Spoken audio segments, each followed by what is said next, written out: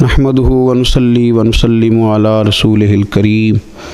اما بعد اعوذ باللہ من الشیطان الرجیم بسم اللہ الرحمن الرحیم النبی اولی بالمؤمنین من انفسهم وازواجہ امہاتہم صدق اللہ العظیم الصلاۃ والسلام علیک یا سیدی یا رسول اللہ وعلى آلک واصحابک یا سیدی یا حبیب اللہ اللہم صلی علی سیدنا و مولانا محمد معدن الجود والکرم وآلہ وصحبہ وبارک وسلم۔ حمد و صلاۃ کے بعد اللہ تعالیٰ نے قرآن مجید میں ارشاد فرمایا ہے کہ النبی اولی بالمؤمنین من انفسہم،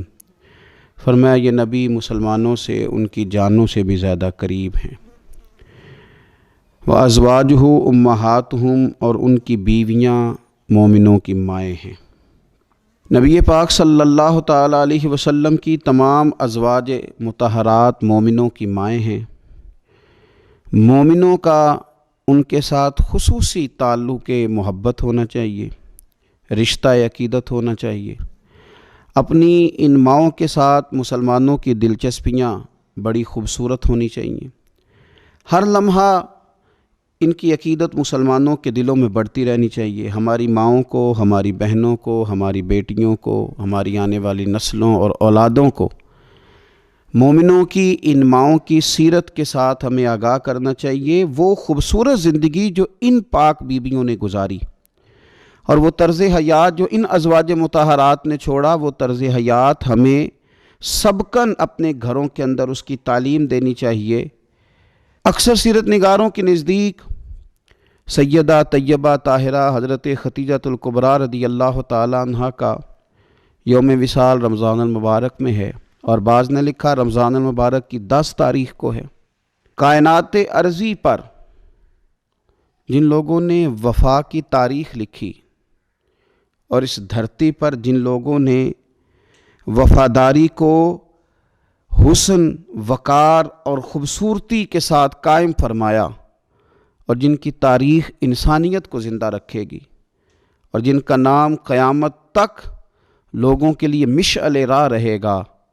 اور جن کی محبتوں سے لوگ خیرات حاصل کرتے رہیں گے، ان میں ایک نام ہے سیدہ ختیجۃ الکبریٰ رضی اللہ تعالی عنہ کا۔ حضرت ختیجۃ الکبریٰ رضی اللہ تعالی عنہ نبی پاک صلی اللہ تعالی علیہ وسلم کی سب سے پہلی زوجہ ہیں، اور یہ وہ خوبصورت خاتون ہے جن کی موجودگی میں نبی پاک علیہ السلام نے دوسرا نکاح نہیں فرمایا۔ یہ حضور کے نکاح میں آئیں اور 25 سال انہیں حضور علیہ السلام کے ساتھ رفاقت کا شرف حاصل رہا۔ بڑی امیر تھیں، بڑا مال تھا، اللہ نے بڑا نوازا تھا، لیکن انہوں نے ہر چیز حضور کے مقدس قدموں پہ نچھاور کر دی۔ انہوں نے اپنا سارا مال لا کے حضور کی بارگاہ عالی مرتبت میں پیش کر دیا، اپنی ساری توجہات حضور کی خدمت پہ لگا دیں۔ حضور علیہ السلام جب کفار کی ظلم و ستم سے، ان کی طرف سے آنے والی تکلیفوں سے پریشان ہو کے لوٹتے تو یہ مقدس خاتون میرے قریب محبوب کی دلجوئی کرتی۔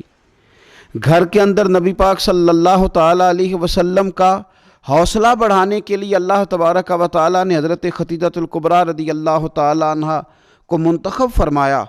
آپ حضور علیہ السلام کی خدمت کرتی، حضور سے محبت کرتی، حضور کی ساری اولاد سوائے ایک صاحبزادے کے حضرت ختیجۃ الکبریٰ کے بطن نور سے ہوئی۔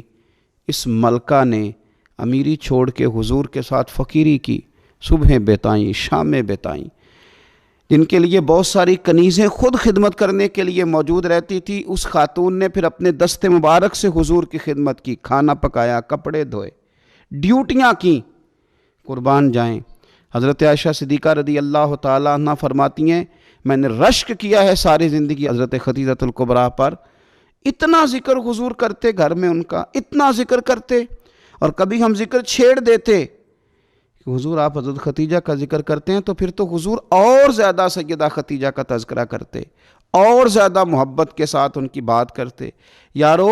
کبھی آپ غور کریں کہ یہ وہ عظیم خاتون ہے کہ جن کی سہیلیوں کے ساتھ بھی حضور اچھا سلوک فرماتے، ان کی سہیلیوں کو تحفے بھیجتے، کھانا پکا پکا کے ان کے گھروں میں روانہ کرتے۔ ان کا پیار کے ساتھ ذکر کرتے، ان کا تذکرہ کرتے۔ آپ کو بخاری مسلم میں حدیث ملے گی، حضرت ابو ہریرہ رضی اللہ تعالیٰ عنہ ارشاد فرماتے ہیں کہ حضرت جبریل امین علیہ السلام حضور کی خدمت میں حاضر تھے، تو حضرت خدیجہ الکبریٰ رضی اللہ تعالیٰ عنہ کھانا پکا کے لا رہی ہیں، تو حضرت جبریل امین علیہ السلام عرض کرنے لگے، یا رسول اللہ یہ خدیجہ کھانا لے کے آ رہی ہے، اس کے برتن میں آپ کے لیے کھانا ہے، سالن ہے۔ حضور جب خدیجہ آ جائے تو اسے اس کے رب کا سلام کہہ دیجئے گا، رب نے ان کے لیے سلام بھیجا ہے، انہیں اللہ کا سلام کہہ دیجئے گا، رب کریم نے سلام بھیجا ہے۔ اور فرمایا رب کریم نے ان کے لیے جنت میں ایک گھر بنایا ہے اور میں اس کی بشارت دینے آیا ہوں، وہ موتیوں سے بنا ہوا گھر ہے جس کے اندر کوئی شور نہیں ہوگا، کوئی تکلیف نہیں ہوگی، جو رب کریم نے سیدہ خدیجہ الکبریٰ کے لیے بنایا۔ بڑا بڑا لوگ مدر ڈے مناتے ہیں، ماؤں کا دن مناتے ہیں، ماؤں کے لیے لفظ کہے جاتے ہیں، شعر کہے جاتے ہیں، پھول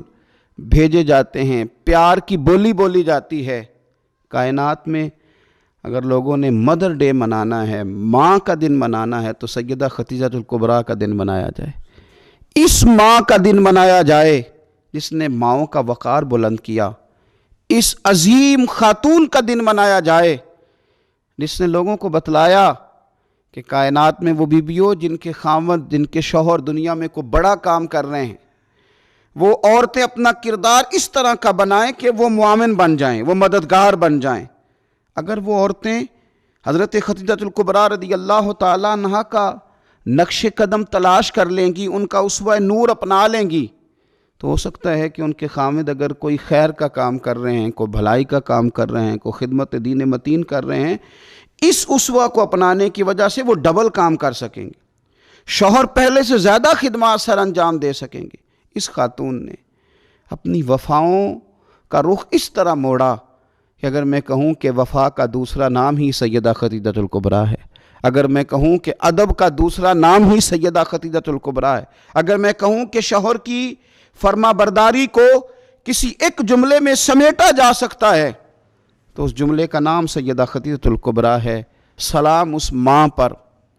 جس ماں نے ہمارے پیارے محبوب علیہ السلام کو اتنا زیادہ پیار کیا کہ حضور سید عالم ان کے پاس آتے تو تسلی محسوس کرتے، کریم ان کے پاس جب تشریف لاتے تو حضور اپنے دل کو راحت میں محسوس کرتے۔ حضور علیہ السلام نے ان کے وصال کے سال کو غم کا سال قرار دیا۔ آؤ اس ماں کو خراج تحسین پیش کریں، اس ماں کا ذکر کریں، 10 رمضان مبارک کا سارا دن اس ماں کا ذکر کر کے گزاریں، ان کے لیے اپنے دل میں محبت پیدا کریں، اپنی بیٹیوں کو، اپنی بہنوں کو اور اپنے گھر والوں کو یاد کرائیں کہ یہ یوم ہے سیدہ خدیجہ الکبریٰ کا۔ اس دن کے موقع پر اپنی ماں کو سوٹ کا تحفہ پیش کریں، کپڑے خرید کے دیں، اس موقع پر اپنی بیٹی کے لیے تحفہ لیں، اس موقع پر اپنے گھر والوں کے ساتھ اپنے رویے کو نرم کریں کہ آج دن ہے سیدہ خدیجہ الکبریٰ کا۔ اے اللہ صدقہ سیدہ خدیجہ الکبریٰ کا ہم سب کی ماؤں کو جنت میں ٹھنڈی جگہ عطا فرمانا۔